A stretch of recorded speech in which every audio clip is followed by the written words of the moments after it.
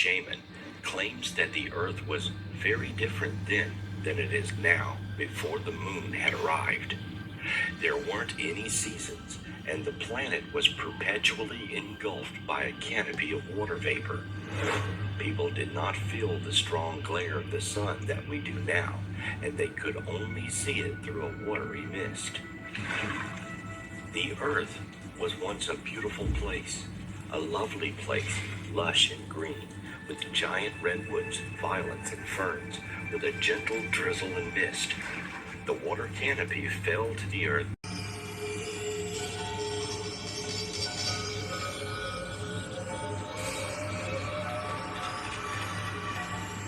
Outrageous as the spacecraft moon theory might first appear, consider how this model reconciles all the mysteries of the moon. First, it explains why the moon gives evidence of being older than the Earth, and perhaps even our solar system, and why there are three distinct layers within the moon's crust, with the densest material on the outside layer. Are there any indications on the surface of the moon that would support this? The answer to this question may startle you. There are a plethora of strange sightings and phenomena on the surface of the moon, many of which you can see with a decent telescope or even the naked eye.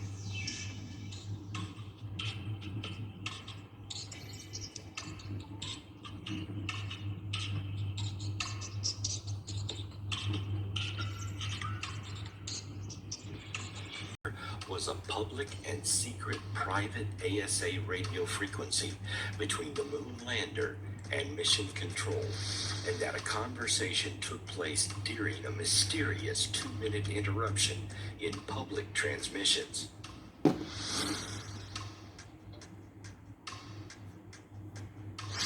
To prove it is true, hundreds of independent civilian radio operators with powerful VHF equipment separately reported hearing the AMA spaceship report from the Apollo moonwalkers.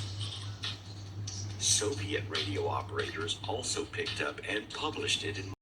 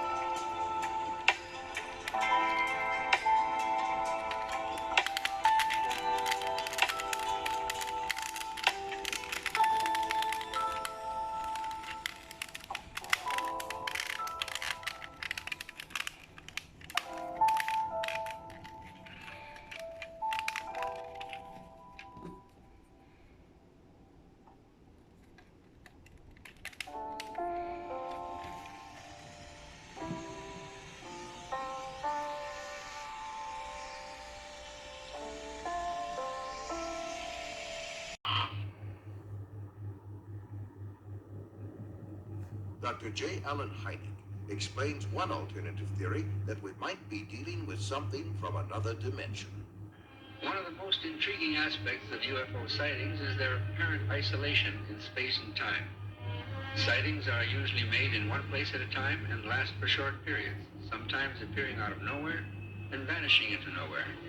This is much more suggestive of a parallel reality than, let's say, visits from some faraway planet, in which case we might expect them to stick around for a while. The British journal Flying Saucer Review was established in